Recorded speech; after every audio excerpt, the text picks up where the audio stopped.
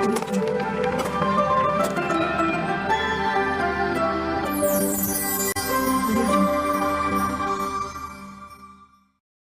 katakan pada ibu saya, bahkan Allah akan turunkan saat di dunia.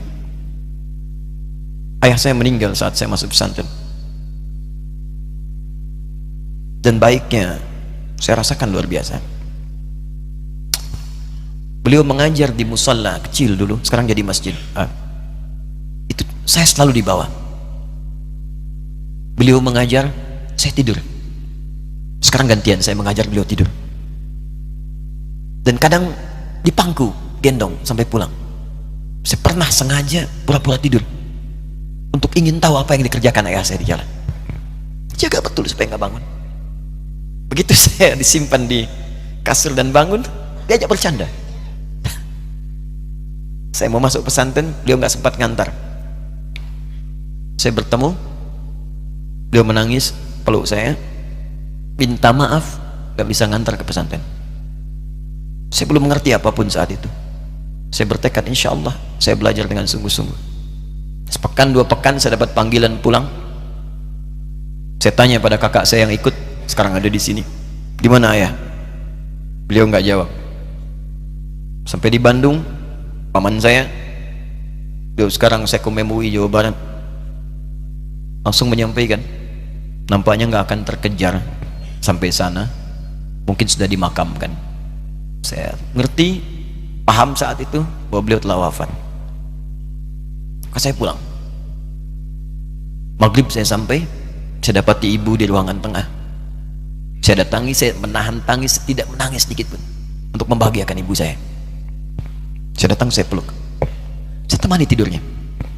Itu pertemuan saya dengan ayah saya terakhir di mimpi. Saya bermimpi melihat sudah pakai kemeja, tersenyum, mendadahi saya. Sudah.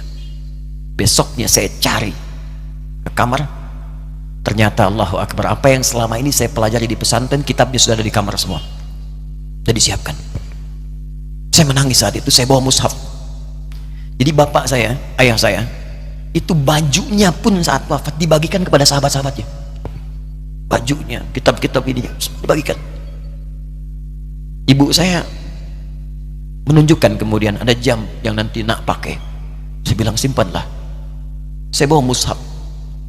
Dengan mushaf itu saya duduk di ruangan tengah, saya menghadap ke kiblat dan saya mohon kepada Allah, ya Allah, saya tak punya kemampuan lagi membahagiakan ayah saya saat hidup di dunia, tapi mohon jadikan setiap huruf dalam Al-Quran ini, ya Allah, pahalanya mengalir untuk ayah saya.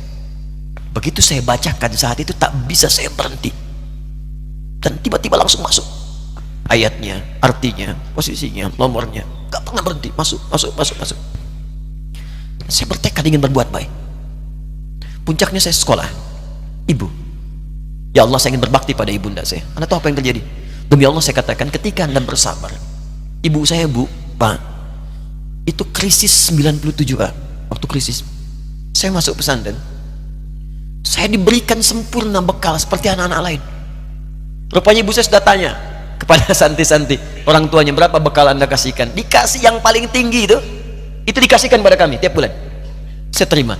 Satu kali libur saya pulang dari jauh, ibu saya tersenyum melihat, sedang jemur pakaian, melihat saya. Begitu saya tiba, kaget saya. Ini kok pakaian ibu saya, pakaiannya nggak cocok dipakai gitu. Ini bukan pakaian ibu saya, kayak kain pel lah kalau sekarang. Saya masuk ke rumah, saya kejar, saya buka pakaiannya, lemarinya, saya nggak temukan sedikit pun. Saya kejar kakak saya, dia sudah siapkan makan. Kak perempuan kami yang kedua, mana pakaian ibu saya? Perhatikan jawabannya.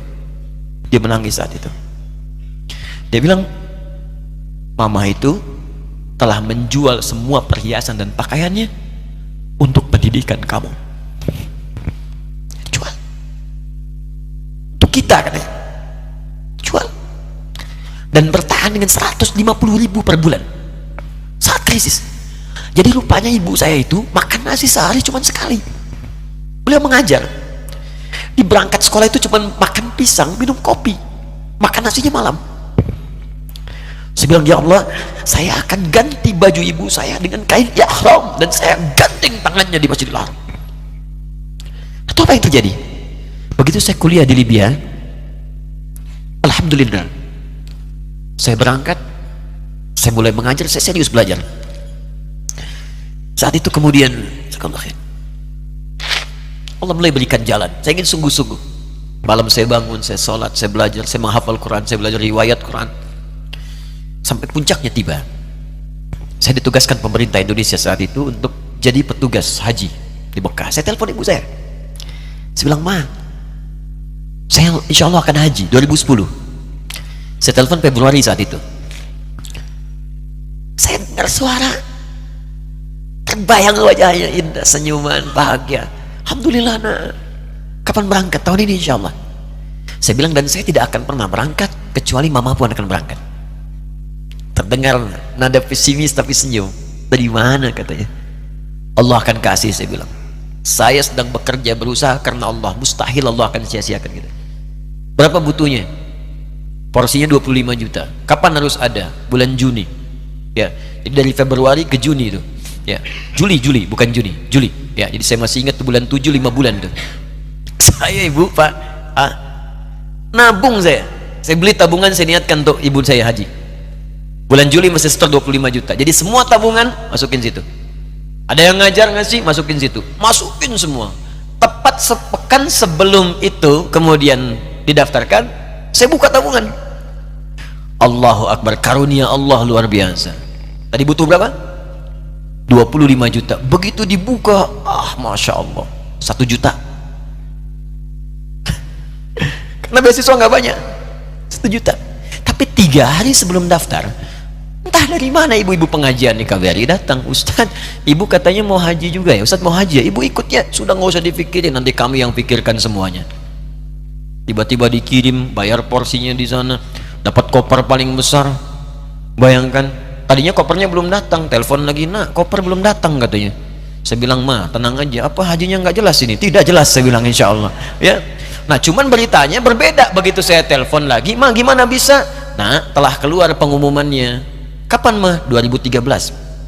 Loh, kan saya haji 2010, nggak bisa, harus 2010. Lihat kalimat ibunda saya. Nah, jangan pernah mengambil hak orang lain. Allah kasih 2013, alhamdulillah.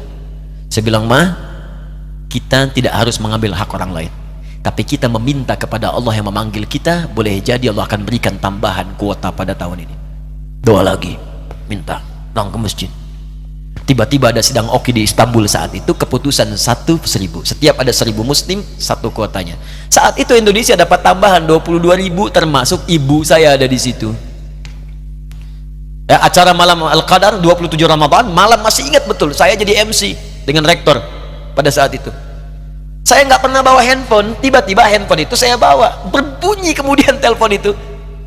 Saya minta pada rektor izin, saya angkat dulu, diperkenankan. Saya kemudian ke belakang masjid, saya angkat. Tiba-tiba saya dengar suara sudah menangis. Nah, katanya, kenapa, Ma? Alhamdulillah, Mama bisa haji. Ternyata kuota itu termasuk ibu saya. 5 bulan, Pak. Enak biasa. Nggak bayar tambahan, nggak ada macam-macam, bisa berangkat. Begitu saya berangkat duluan, saya tungguin betul di apartemennya, di maktabnya sampai datang. Begitu sudah datang, saya nggak sapa, saya lihat dari jauh. Bahagianya saya bisa mengganti pakaian tadi yang lusuh dengan kain ihram. Saya perhatikan, saya ikuti dari belakang. Di lift, saya ikuti. Di jalan, saya ikuti. Begitu sampai Masjidil Haram, saya gandeng tangannya. Ma, kita sama-sama. Labbaik Allahumma labbaik. Labbaik la syarika lak labbaik. Saya tawaf, saya gandeng ibu saya lindungi supaya dapat kenikmatan dalam tawafnya. Begitu saya rasakan bagaimana Sayyidah Hajar bekerja keras untuk Ismail. Saya balas di situ. Saya gandeng tangan yang kanan. Saya minta pada Allah, muliakan ibu saya, ya Allah, muliakan ibu saya, muliakan, berikan saya kesempatan membahagiakannya. Cuman yang kanan digandeng, yang kiri kosong, karena sudah tidak ada. Jadi ketika Anda belajar pun untuk menjadi ulama, Allah akan muliakan Anda. Orang tua Anda akan dapat bagiannya. Yang hafal Quran itu Musa, yang bisa haji bapak ibunya. Kemarin saya jadi Amirul Hajj dari kedutaan Saudi berangkat, membawa 350 orang rombongan. Siapa yang saya bawa? Ahli Quran, yang hafal Quran anak-anaknya. Ahmad Kamil, yang haji, pengajarnya, murabbinya, ibunya, temannya, banyak yang berangkat. Yang berangkat siapa? Calon ulama. Dijadi ulama itu, jangankan sudah jadi, kalau benar caranya, baru bergerak pun Allah pasti akan jaga. Kalau benar caranya.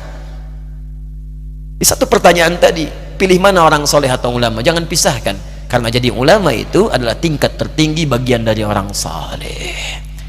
Jadi mesti ada yang jadilah di keluarga. Pilih satu mungkin ahli Quran, kedua ahli hadis, yang lain dunia, tapi dunia diniatkan membantu ibadah. Jadi arsitek buat bangun masjid, bangun pesantren, pahala banyak. Insya Allah akan dibuka oleh Allah, insya Allah.